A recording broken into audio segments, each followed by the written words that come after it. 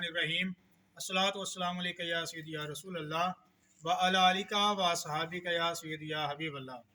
प्यारे बच्चों, आज आपको एक छोटा सा वाक़या सुनाना है जो कि एक नेक आदमी का है।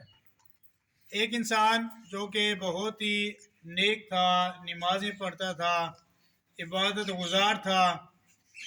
तो वो इंसान एक जगह से गुज़रने लगा तो उसके कपड़ों के साथ ना गंदुम की डाली आ गई। किस चीज़ की? गंदुम। जानते हैं ना गोशा गंदुम का? वो उसके कपड़ों के साथ या उसकी चादर के साथ अड़ गया और वो टूट गया।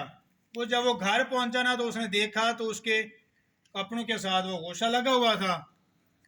तो उस इंसान ने क्या किया कि उस गोशे को ना रगड़ा, उसमें से वो दाने निकाले और अपने पास ना संभाल के रख लिए और घर वालों को नसीहत की कि जब मैं मरने लगूं तो मेरे कफन के साथ ना ये दाने जो है ना बांध के मेरे कफन में रख देने हैं।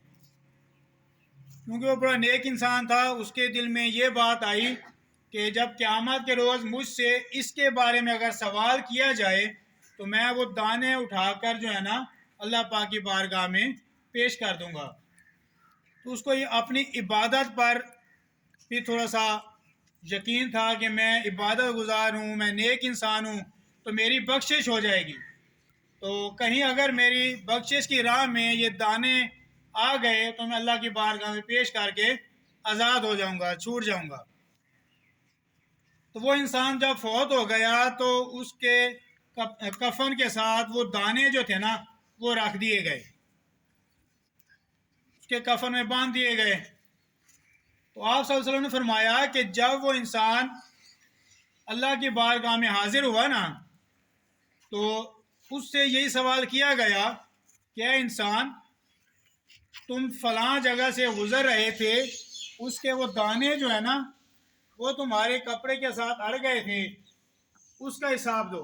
तुम्हारी नेकियां तो बहुत हैं, तुमने नेकियां की हैं, तुम्हें अपनी नेकियों पर यकीन है कि तुम बख्शे जाओगे, तो फिर इस तरह करो, मुझे उस दानों का हिसाब दो। तो उस इंसान ने वो दाने जो है ना अपने कफन से खोले, निकाले और अल्लाह की बारगाह में पेश कर दिए कि या अल्लाह, ये वो दाने हैं, मैं इसीलिए साथ लेके आया था कि अगर मुझसे इसका हिसाब लिया जाए तो मैं दाने में निकाल कर दे दूं। अल्लाह ने कहा, अच्छा तुझे इस वजह से यकीन है कि तू नेक है और ये दाने भी तू साथ लेके आया, तो बच जाएगा। तो अब फिर अल्लाह पाक ने फरमाया, ए इंसान, इन दानों के साथ जो भूस था, जो दानों के साथ भूस था, वो कहाँ पर है? वो तो उस इंसान ने रगड़ कर दाने निकाल लिए थे, जो उसका भूस बचा था वो उसने फेंक दिया था। तो अल्लाह पाक ने सिर्फ उस दाने के भूस की वजह से उसकी पकड़ फरमा ली और वो जन्नत में नहीं भेजा गया।